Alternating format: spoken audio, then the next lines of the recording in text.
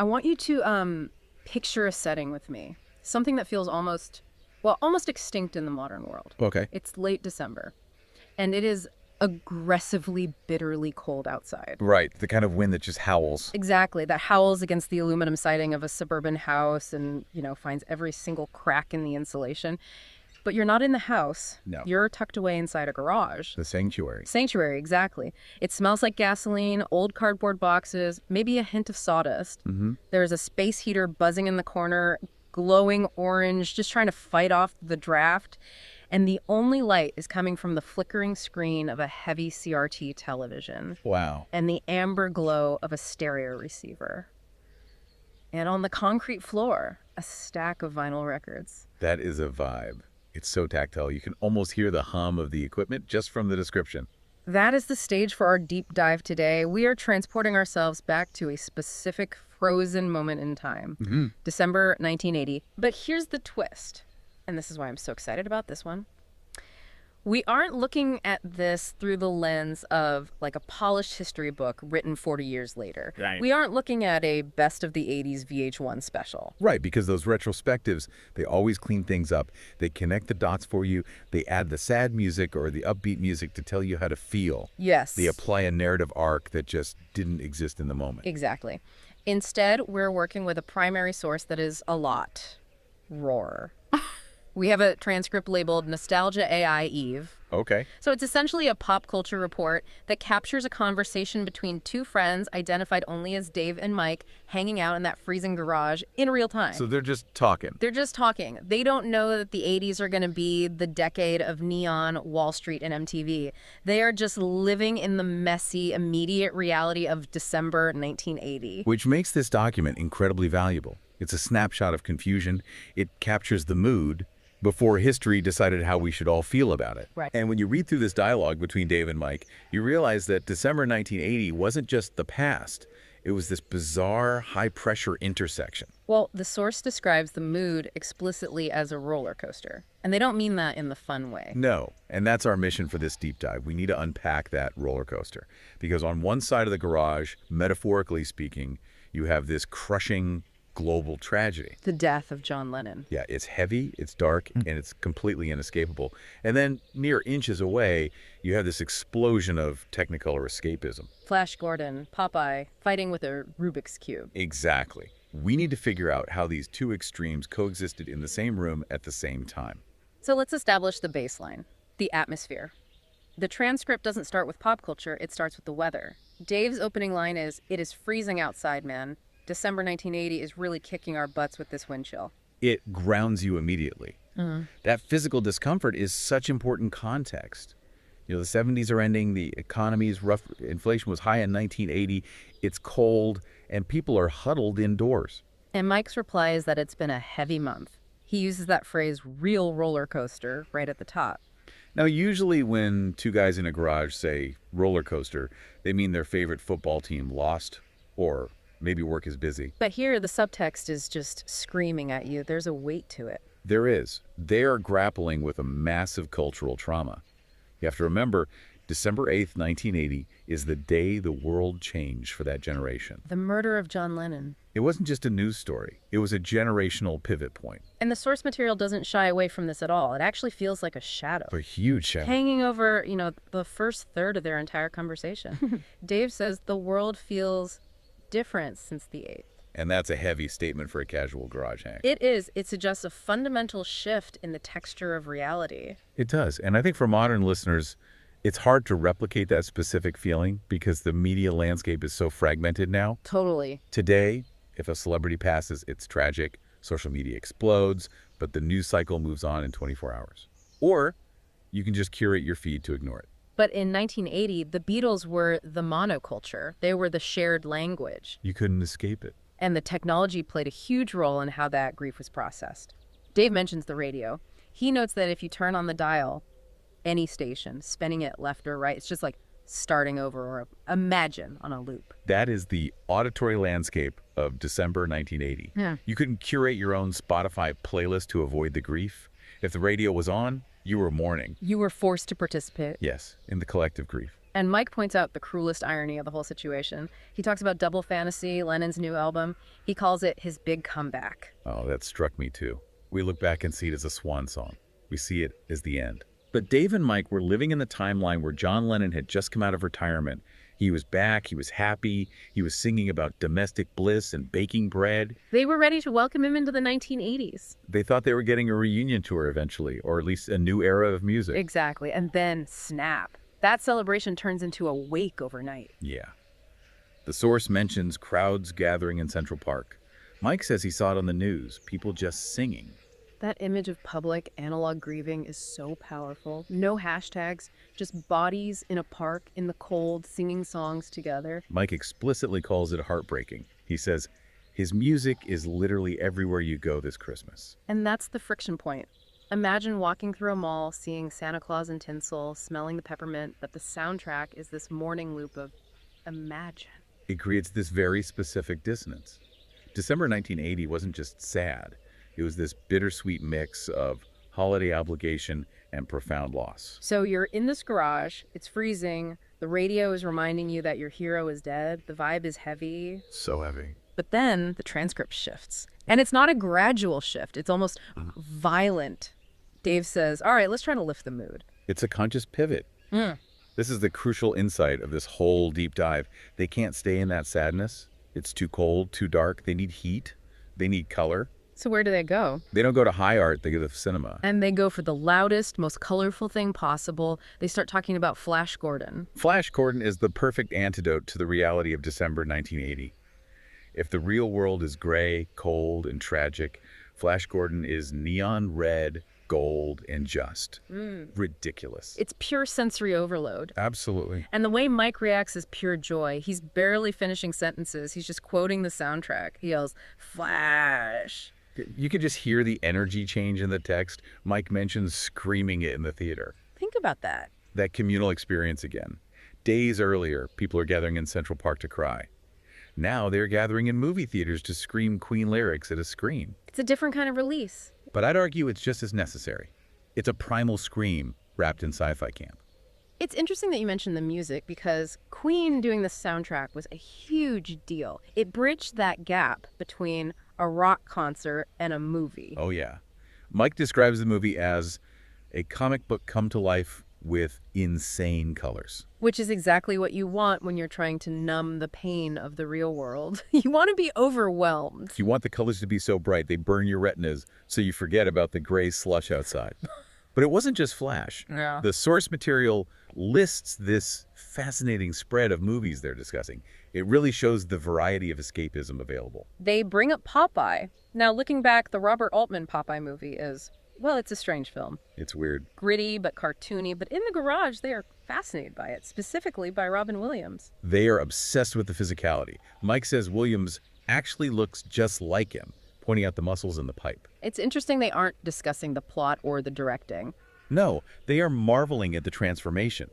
It's almost like they appreciate the sheer effort of bringing a cartoon into reality. It fits that theme of comic book come to life. They wanted fantasy made real. And it was Robin Williams' first big movie role, right? It is. He was Mork from Ork on TV, but this was his big screen move.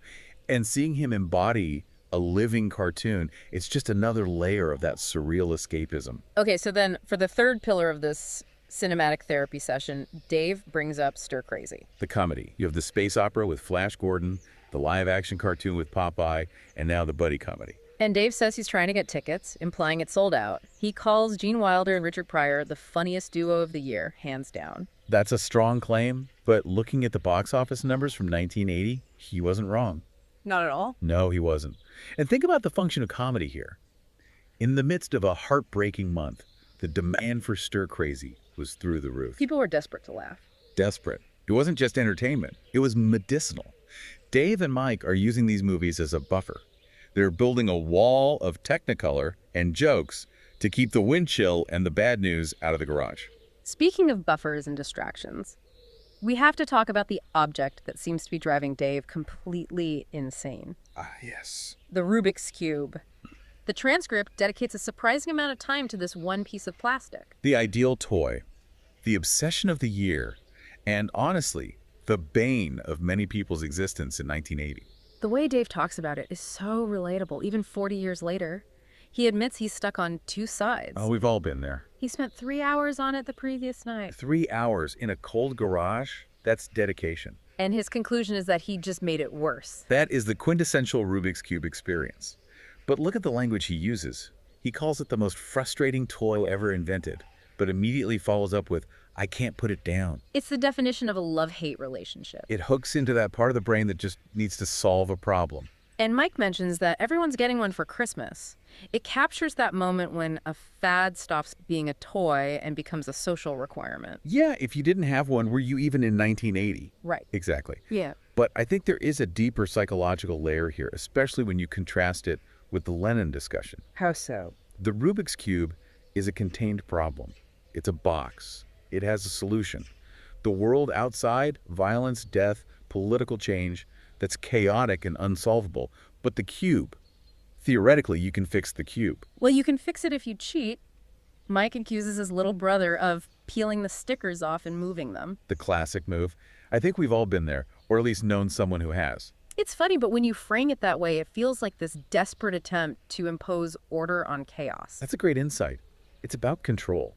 Yeah. Peeling the stickers is a way of saying, I will make this right even if I have to break the rules to do it. In a month where they felt zero control over the loss of a cultural icon, being able to physically manipulate a puzzle or cheat at it gave them a tiny sense of agency.